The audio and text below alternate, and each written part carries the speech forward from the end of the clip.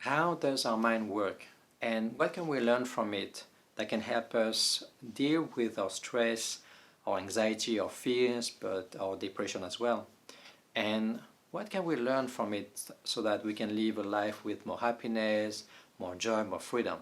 Hello everyone, my name is Olivier. I am a certified meditation teacher, and today I will share with you one of the most useful and impactful teachings that I have received from my teacher, Zen Master Thich Nhat Hanh. And it has to deal with the functioning of our mind. So let's get into it. In Buddhist psychology, the mind is represented as a circle that has two parts. The bottom part is called the store consciousness. The upper part is called the mind consciousness. In the store consciousness lie many seeds. So you have the seed of anger, greed, jealousy, discrimination, but you also have the seeds of mindfulness, gratitude, joy, compassion, and so forth. Everybody has two seeds. Most of the time, through our senses, those seeds get triggered or watered. So they go from the store consciousness where they are sleeping, and they manifest up into the mind consciousness and then creates our experience. So say for example that you go to the beach and you look at the blue sky, you look at the ocean, you listen to the waves. So through your senses, the seeds of, say for example, gratitude, of happiness, of joy will be watered and manifest in your mind consciousness, and you will become joyful and happy and grateful for being at the beach. On the other side, say you listen to the news and after a few minutes you feel fearful. What happened is that what you listen to watered the seed of fear within you, and then the seed of fear manifested in your mind consciousness that created your experience of fear. The important thing to know is that the longer a seed stays in your mind consciousness, the stronger it becomes. So in neuroscience, we talk about neuroplasticity, and it's the idea that the brain is like a muscle. So say that you do a bicep curls, your bicep will grow stronger the more you repeat the movement of the bicep curl. So same with the brain. The more you trigger the same thinking pattern, or the more often you repeat an activity, the stronger the neural connection will become, so that you can access the information faster, so that you can access a state of mind faster.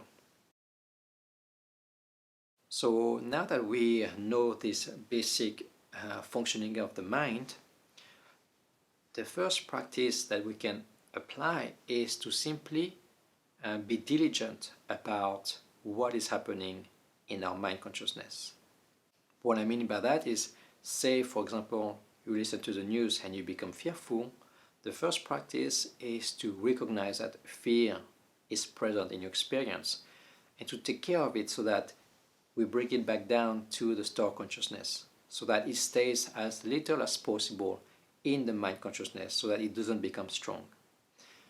The challenge is that often we keep listening to the news, so we keep watering that seed and it will become strong. Either that, or it is our own consciousness that will keep feeding the seed of fear by ruminating on thoughts about that particular news.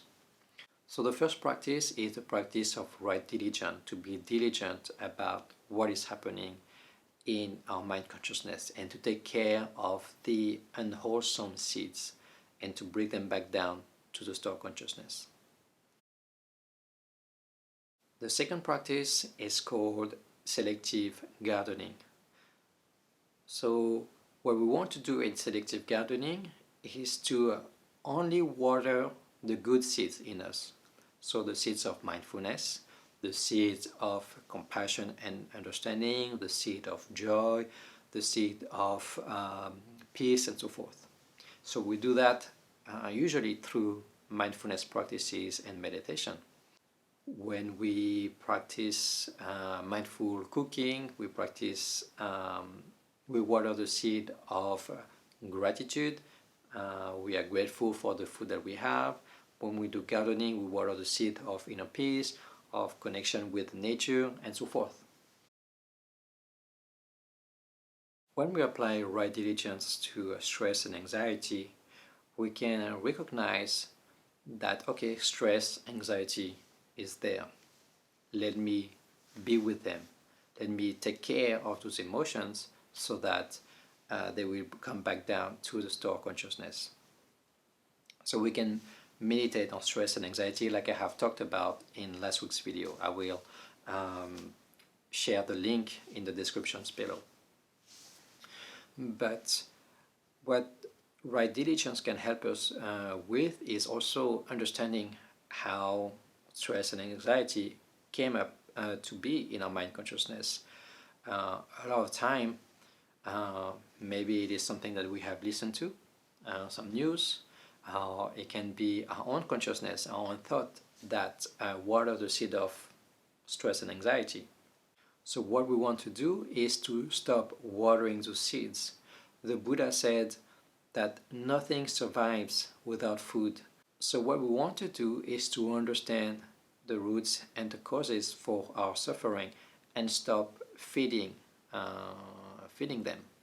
And by practicing selective watering, what we do is just that. We stop watering the bad seeds and we water the good seeds through our daily activities.